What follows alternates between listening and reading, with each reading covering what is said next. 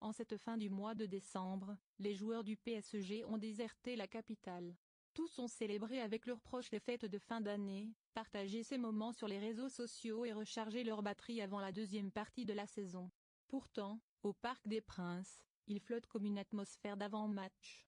À la porte et sur le tapis rouge qui mène d'habitude les spectateurs VIP aux loges, des dizaines de personnes se pressent et attendent patiemment. Tous veulent participer à un site de PSG, la dernière initiative du club pour faire vivre le Parc des Princes hors des jours de match. Pendant 60 minutes, le public, très familial en cette période de fête, endosse le rôle d'un journaliste qui doit trouver des indices au bord de la pelouse, dans la salle de conférence de presse ou encore dans les vestiaires. Objectif, retrouver la Coupe des Princes mystérieusement disparue. Il s'agit d'un escape game, un jeu d'évasion destiné à résoudre une énigme dans un temps donné, une activité qui n'en finit plus de séduire en France.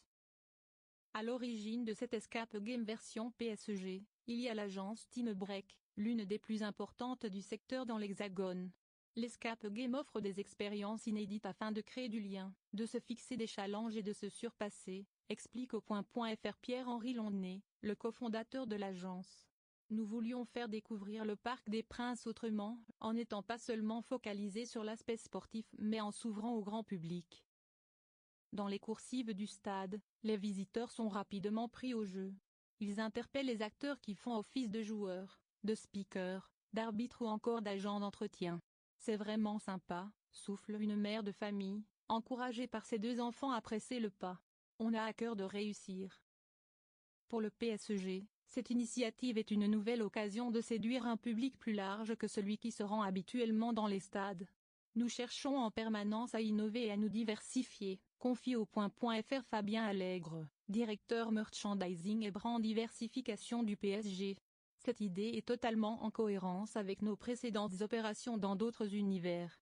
Le club a ainsi collaboré avec la marque française Cocher lors d'un défilé de la Fashion Week en septembre et s'est associé avec les Rolling Stones lors de leur passage à Paris fin novembre.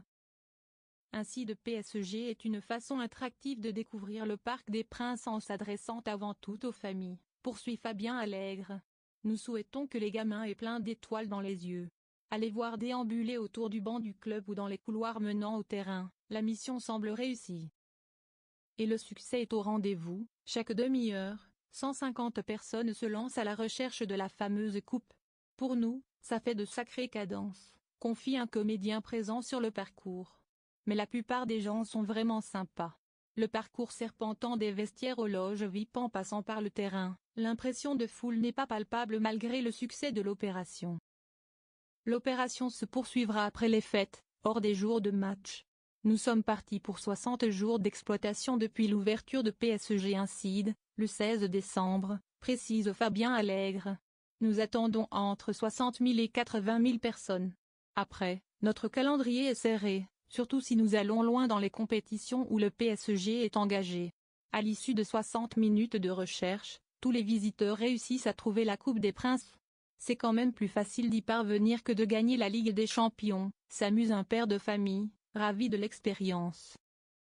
Ouvert en janvier, les 13, 14, 20 et 21, en février, les 3, 4, 10, et en mars, les 3, 17, 18, 24 et 25.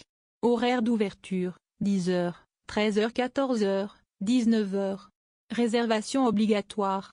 Tarifs et informations pratiques sur le site dédié.